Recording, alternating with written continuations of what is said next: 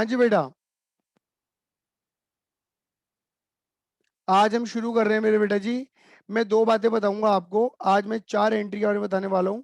ठीक है ना। मुझे लगता है कि इन 4 एंट्री के अंदर हमारा 1 घंटा पूरा निकल जाएगा, क्योंकि इन एंट्री के बारे में आपको अकाउंटिंग इक्वेशन भी समझाऊंगा और उसकी जनरल एंट्री के बारे में बताने वाला हूँ। क्लियर है? तो हम एक पग दो काज करेंगे मेरे बेटा जी। ठीक है। तो आज हम बात करने वाले हैं किसकी? सबसे पहले हम बात करने वाले हैं आउटस्टैंडिंग एक्सपेंसेस की। किसकी बात करने वाले हैं मेरे बेटा जी? आउटस्टैंडिंग आउटस्टैंडिंग एक्सपेंसेस की। ठीक है ना।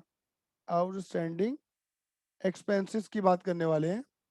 मैं दोबारा से लिख देता हूँ, थोड़ी सी राइटिंग और अच्छी आ जाएगी। ठीक है, ये लीजिए।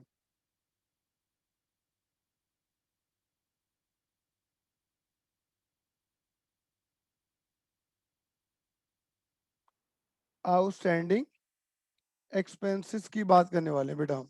ठीक है। आउटस्टैंडिंग एक्सपेंसेस, देख लेना ये आउटस्टैंडिंग लिखा हुआ है।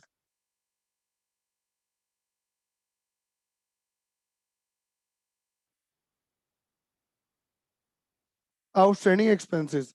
तो बेटा यहाँ पे जो पहला शब्द आ रहा है वो है आउटस्टैंडिंग। मुझे तो पहले सिर्फ इसका मीनिंग बताना है मेरे बेटा जी। आउटस्टैंडिंग का मीनिंग क्या होता है? बेटा आउटस्टैंडिंग का मीनिंग होता है due. Due but not paid.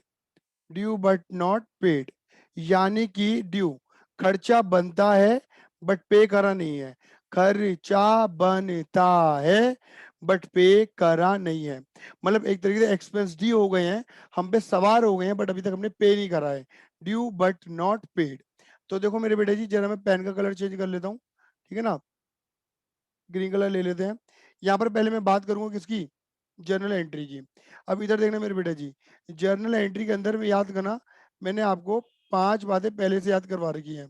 एक एसेट, एक liability, asset liability capital, asset liability capital, और इनकम और एक्सपेंस। ये 5 बातें मॉडर्न अप्रोचेस के अंदर आपने याद करी हुई हैं। एसेट क्या होती है? डेबिट। लायबिलिटी कैपिटल इनकम, ये क्या होती है मेरे बेटे जी? आपकी क्रेडिट, एलआईसी क्रेडिट। और एक्सपेंस क्या होते हैं मेरे बेटे जी? डेबिट। अब इधर देखना मेरे बेटे जी, अगर मैं बात करूं कि इसकी जर्नल एंट्री क्या बनेगी, सिर्फ जर्नल की बात करूं, सिर्फ जर्नल की, तो देखो आउटस्टैंडिंग एक्सपेंस। आपको पता है कि हम सभी क्या फॉलो करते हैं मेरे बेटे जी? हम सभी फॉलो करते हैं एक्रूअल सिस्टम। ये बात आप सभी ने सीखा हुआ है, एक्रूअल सिस्टम फॉलो करते हैं। एक्रूअल सिस्टम क्या होता है मेरे बेटे जी? एक्रूअल सिस्टम का मतलब होता है मेरे बेटे जी कि खर्चा बना नहीं बना पहले रिकॉर्ड करके चलो। एक्रूअल मतलब पैसा गया या नहीं गया। ठीक है ना, पैसा गया नहीं गया। लेकिन अगर आपका खर्चा डी हो गया है तो खर्चा मान के रिकॉर्ड करो। पैसा आया नहीं आया लेकिन तुम्हारा पैसा लेना बनता है तो इनकम मान के रिकॉर्ड करो। हम एक्रूअल सिस्टम को फॉलो करते हैं। अब देखो, आउटस्टैंडिंग एक्सपेंस का मतलब क्या है? ड्यू बट नॉट पेड, खर्चा है बट पे नहीं करा। खर्चा है बट पे नहीं करा। तो खर्चा तो है ना, पे करना तो बनता है ना। अभी पे नहीं करा, आज कल परसों तरसों अगले महीने कभी ना कभी तो पे करोगे। कुल मिला के खर्चा तो है। तो अकाउंट एक्रूअल सिस्टम कहते हैं कि खर्चा है ना, इसे गले लगा ले। इस खर्चे को पहले से ही दिमाग में फीड करके चल, ये तेरा खर्चा है, तुझे पे करना, कभी ना कभी पे करना है, तो खर्चा मान ले। अब बेटा खर्चे क्या होता है आप सभी को पता है। खर्चे क्या होता है? डेबिट। तो जो भी एक्सपेंस है, जो भी एक्सपेंस है, उस एक्सपेंस को क्या करते हो? डेबिट।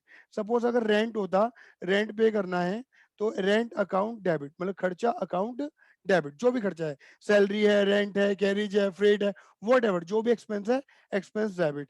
लेकिन ये अभी तक खर्चा पे नहीं करा, हमारे पास से पैसे नहीं गए हैं, यानी कि अभी हमें पैसे देने बाकी हैं। सुनो, अभी हमें पैसे देने बाकी हैं। क्लियर है ये नहीं है? अब अगर हमें पैसे देने बाकी हैं तो क्या बन जाएगी बेटा हमारी? ये लाइबिलिटी। लाइबिलिटी के सामने रिकॉर्ड करोगे आउटस्टैंडिंग एक्सपेंस के नाम से। आउटस्टैंडिंग एक्सपेंसेस के नाम से जो भी अमाउंट है, being being expense due but not paid. मतलब जैसे रेंट पे करना है तो being rent due but not paid. अब देखो जरा, मैं अगर एग्जांपल की बात करूं तुम्हारे आगे, इधर देखो, मैं एक एग्जांपल यहाँ लिख के दे चलता हूँ। अगर मान के चलो यहाँ लिखा होता कि रेंट आउटस्टैंडिंग, तो तुम एंट्री क्या बनाओगे? Rent, rent account debit. Rent account debit मतलब खर्चा है, खर्चा मान के डेबिट, बट पे नहीं करा तो बन जाएगी liability to outstanding rent account. Clear ही नहीं है? सपोज मान के चलो 1 महीने का रेंट अभी पे करना बाकी है, 10,000 रुपए।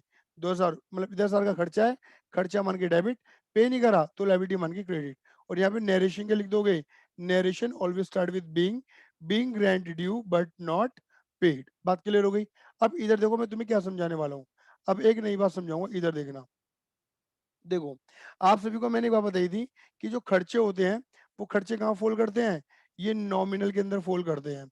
ये एक एक्सपेंस है और ये नॉमिनल अकाउंट के अंदर फॉल करेगा। ये बात क्लियर है, मतलब ये नॉमिनल नेचर के अकाउंट है। लेकिन अगर कोई तुमसे पूछे आउटस्टैंडिंग रेंट क्या होता है, तो कोई बच्चे आउटस्टैंडिंग रेंट को भी क्या बोल देते हैं, नॉमिनल बोल देते हैं। गलत है बेटा। आउटस्टैंडिंग रेंट क्या माना था आपने, कि रेंट पे नहीं कर, लाइबिलिटी माना था।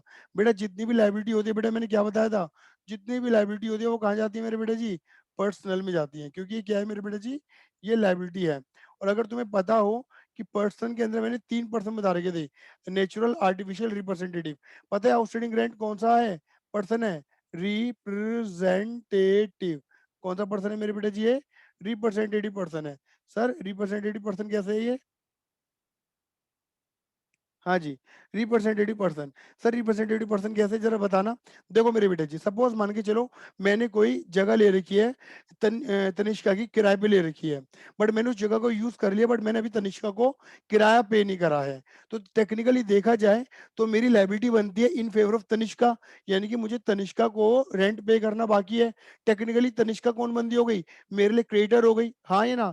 लेकिन तुम देखो मैंने तनिष्का को, तनिष्का का नाम रिकॉर्ड नहीं करा यहाँ पर, मैंने लैंडलॉर्ड अकाउंट नहीं लिखा, मैंने तनिष्का नहीं लिखा। मैंने तनिष्का की जगह क्या लिखा है, आउटस्टैंडिंग रेंट। मुझे पे तो किराया लैंडलॉर्ड को ही करना है, मेरी लाइबिलिटी तो लैंडलॉर्ड के रेस्पेक्ट में बनती है। तो टेक्निकली मुझे लैंडलॉर्ड का नाम लिखना चाहिए, लेकिन लैंडलॉर्ड का नाम नहीं लिख के आउटस्टैंडिंग रेंट लिखा। तो यानी कि आउटस्टैंडिंग रेंट किसको रिप्रेजेंट कर रहा है, एक पर्सन को। दैट इज, ये क्या हो गया मेरे बेटे जी, एक रिप्रेजेंटेटिव पर्सन। क्लियर है ये नहीं है। तो ये एंट्री होती है आपकी आउटस्टैंडिंग एक्सपेंस की, जनरल एंट्री। लेकिन अगर यही पूछे कि भैया ये बता दो कि इसका इम्पैक्ट अकाउंटिंग इक्वेशन में क्या पड़ेगा, अकाउंटिंग इक्वेशन में इसका इम्पैक्ट क्या पड़ेगा, जरा आप हमें ये बता दो। तो बेटा अकाउंटिंग इक्वेशन में हमने क्या बोला, ये खर्चा है, और ऑब्वियसली बात है एक्सपेंस तो है ना। एक तो क्या हुआ, एक्सपेंस हुआ, खर्चा है, खर्चा यानी कि लॉस। और मैंने हमने क्या सीखा था कल, कि भैया प्रॉफिट या लॉस किसका होता है, मालिक का।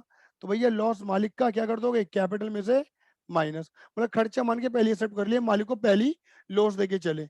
और क्योंकि इन्होंने पे नहीं करा, तो आउटस्टैंडिंग रेंट, आउटस्टैंडिंग रेंट बोल रहा हूँ, आउटस्टैंडिंग जो भी एक्सपेंस है, आउटस्टैंडिंग जो भी एक्सपेंस है, वो आपकी क्या बन जाएगी मेरे बेटे जी, एक तरीके से लाइबिलिटी। और लाइबिलिटी क्या होती है, liability, asset is equal to liability plus capital. तो लाइबिलिटी वाले स्लैब में क्या हो जाएगा बेटा जी, ऐड। बात क्लियर हो गई। अब देखो मैं फटाफट से तुम्हें एक करके दिखा देता हूँ। देखो यहाँ पे लिखा हुआ है आउटस्टैंडिंग सैलरी, यानी कि कोई भी खर्चा, कितने रुपए का, 10,000 रुपए का। बोलो हाँ या ना। आउटस्टैंडिंग सैलरी, तो सैलरी क्या हुआ, खर्चा, खर्चे क्या कर देंगे, लॉस, कैपिटल में से माइनस। क्योंकि पे नहीं करा तो क्या हो जाएगा, लाइबिलिटी में ऐड। देख लो, लाइबिलिटी के अंदर ऐड कर दिया क्योंकि लाइबिलिटी वाला कॉलम है, और कैपिटल वाले कॉलम में से माइनस कर दिया।